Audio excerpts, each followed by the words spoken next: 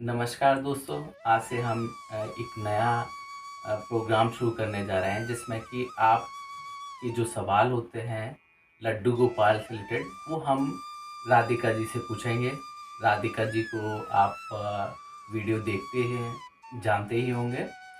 तो सबसे पहले हम राधिका जी से पूछेंगे कि आप अपना परिचय दें और बताएं कि आप किस प्रकार से लड्डू गोपाल जी की सेवा करते हैं। राधे राधे आप सभी को। मेरा नाम राधिका है और मैं दिल्ली में रहती हूँ और लगभग मैं 12 से 13 साल हो गए लड्डू गोपाल की सेवा करते हुए। लड्डू गोपाल की सेवा करना बहुत आसान है। थोड़ा सा सुबह जल्दी उठना पड़ता है और लड्डू गोपाल की सेवा बहुत आसानी से हो जाती है।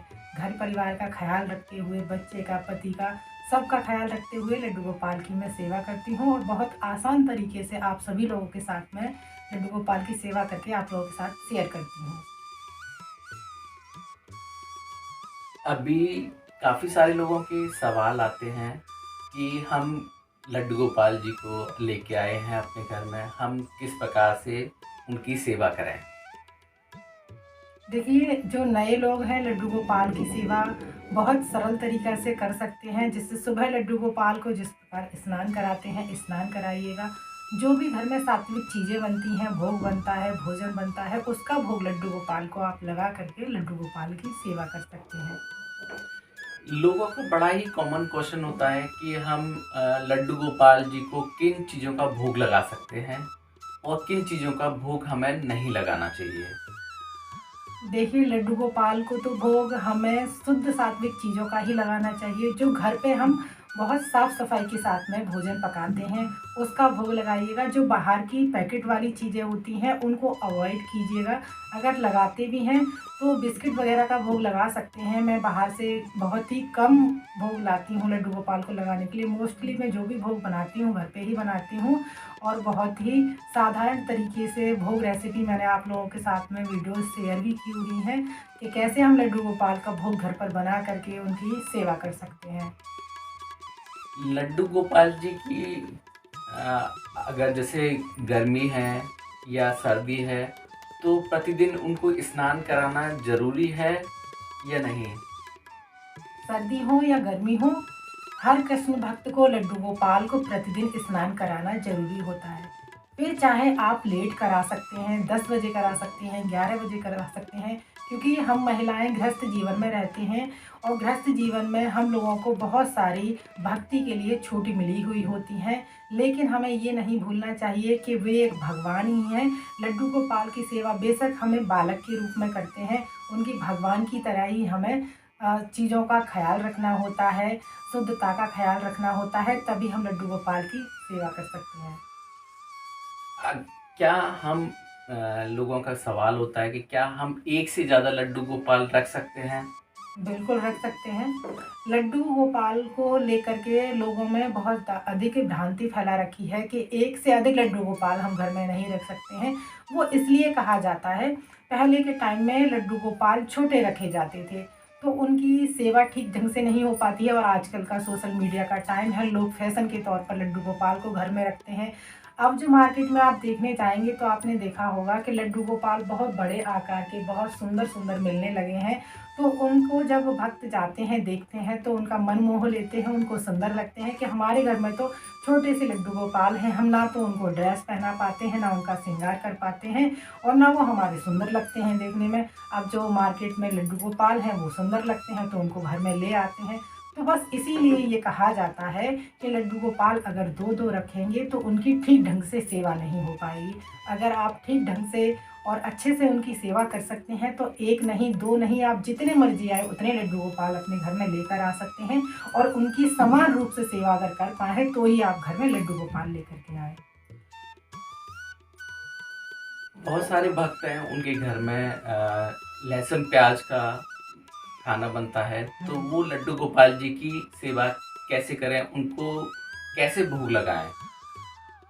लड्डू गोपाल को भोग लेकर के बहुत सारे लोगों का ऐसा प्रश्न होता है कि लहसुन प्याज का खाना बनता है और अधिकतर लोगों का ये भी मैंने प्रश्न देखा है कि लहसुन प्याज का जिन बर्तनों में खाना बनता है, क्या लड्डू गोपाल के लिए उस बर्तन में हम भोग पका सकते हैं? बिल्कुल पका सकते हैं, क्योंकि लहसुन प्याज कोई मांसाहारी भोजन नहीं है।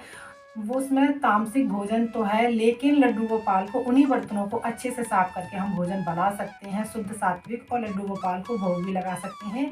और जैसे हमारा बड़े परिवार होता है, लहसुन प्याज का खाना बनता है, जो लोग नहीं मानते हैं कि लड्डू गोपाल का फिर हम भोग कैसे बनाएंगे, हमारे पास इतना समय नहीं होता है कि लड्डू गोपाल के लिए अलग से हम भोग बना पाएँ और उनकी सेवा कर पाएँ। तो देखिए, आप दूध का भोग लगा करके लड्डू गोपाल की सेवा कर सकते हैं।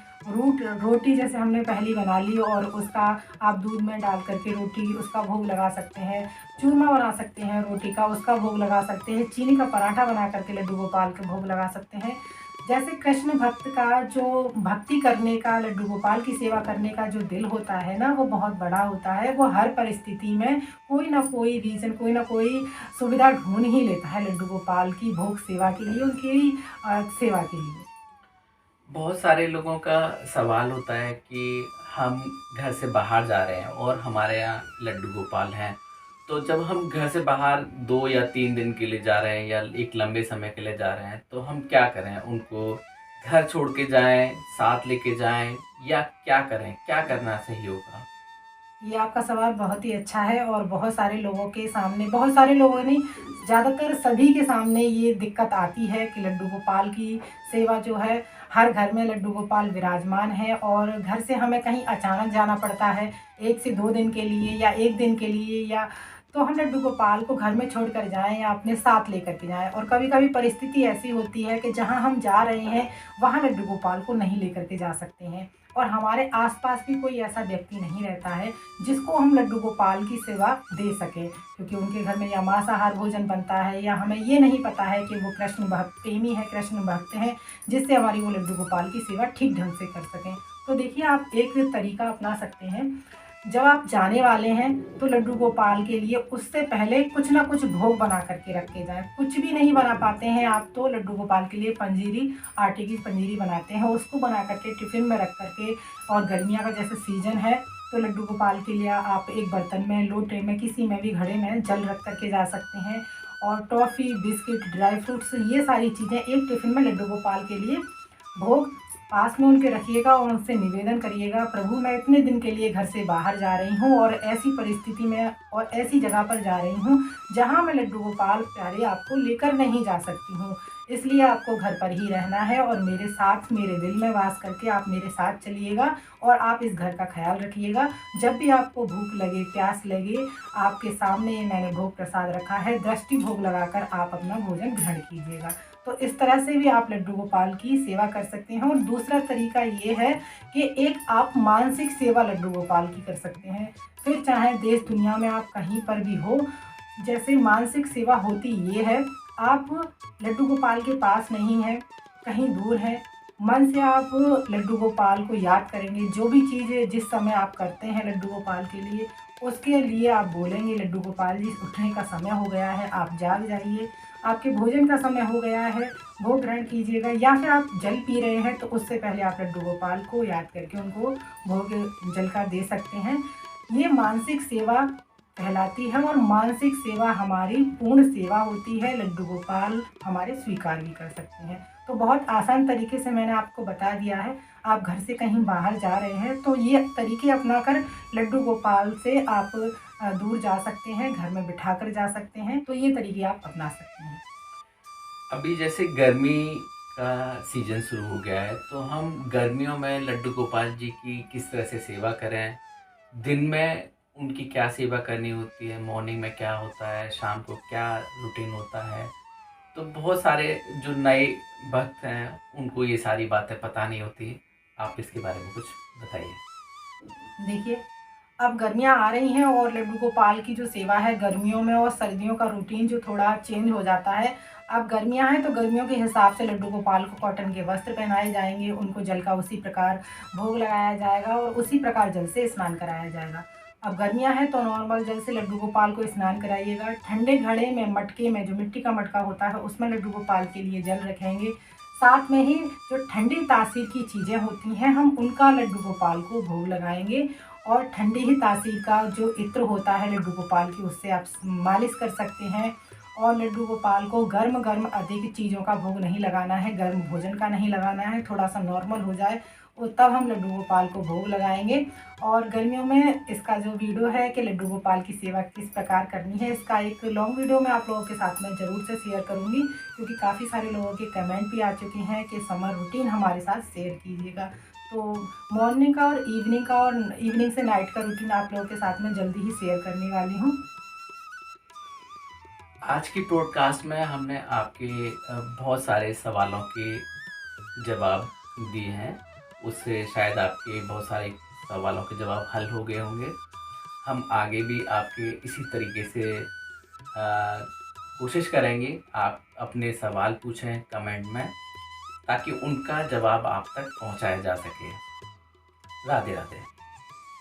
आप सभी लोगों के साथ में फिर मिलते हैं, और संडे को मैं बहुत ही जल्दी लाइव आने वाली हूँ और 1 बजे लाइव आऊँगी।